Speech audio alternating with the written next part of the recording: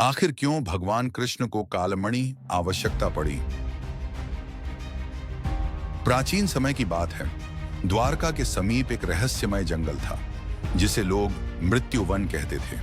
वहां कोई नहीं जाता था, क्योंकि वहां का शासक था एक दैत्य, जिसका नाम चंद्रमाल था। चंद्रमाल केवल शक्तिशाली ही नहीं, बल्कि एक मायावी दैत्य भी था। कहा जाता था कि उसके पास एक दिव्य रत्न था, जिसे कालमणि कहते थे। इस मणि की शक्ति से वह किसी की भी छवियां अपना सकता था और दूसरों के मन पर नियंत्रण कर सकता था। चंद्रमाल ने पूरे क्षेत्र में आतंक फैला रखा था।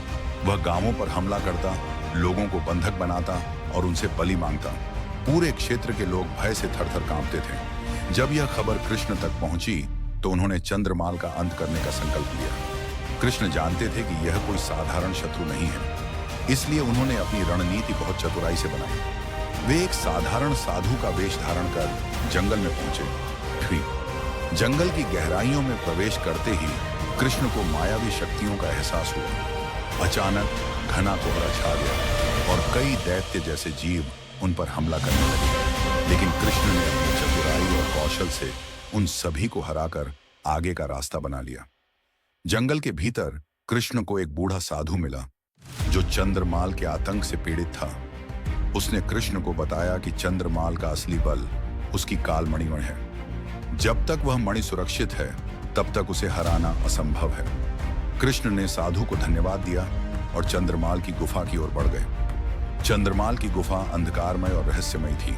जैसे ही कृष्ण अंदर पहुंचे, गुफा अचानक बदलने लगी। दीवारें घूमने लगीं और रास्ते भटकाने वाले हो गए। यह चंद्रमाल की मायावी शक्तियों का जाल था। लेकिन कृष्ण ने अपने योग बल और धैर्य से सभी माया जाल को तोड़ दिया। आखिरकार कृष्ण चंद्रमाल के सामने पहुंचे। चंद्रमाल एक विशाल रूप में सामने आया और गरजते हुए बोला, सनईन, कौन है तू जो मेरे साम्राज्य में घुसने की हिम्मत कर रहा है? कृष्ण मुस्कुराए और बोले, मैं वह हूं जो तुझे तेरे पापों का दंड देने आया है। चंद्रमाल ने तुरंत हमला कर दिया। वह अपने रूप को बदल बदल कर कृष्ण को भ्रमित करने लगा। कभी वह एक विशाल सर्प बन जाता, तो कभी भयंकर अग्नि में परिवर्तित हो जाता।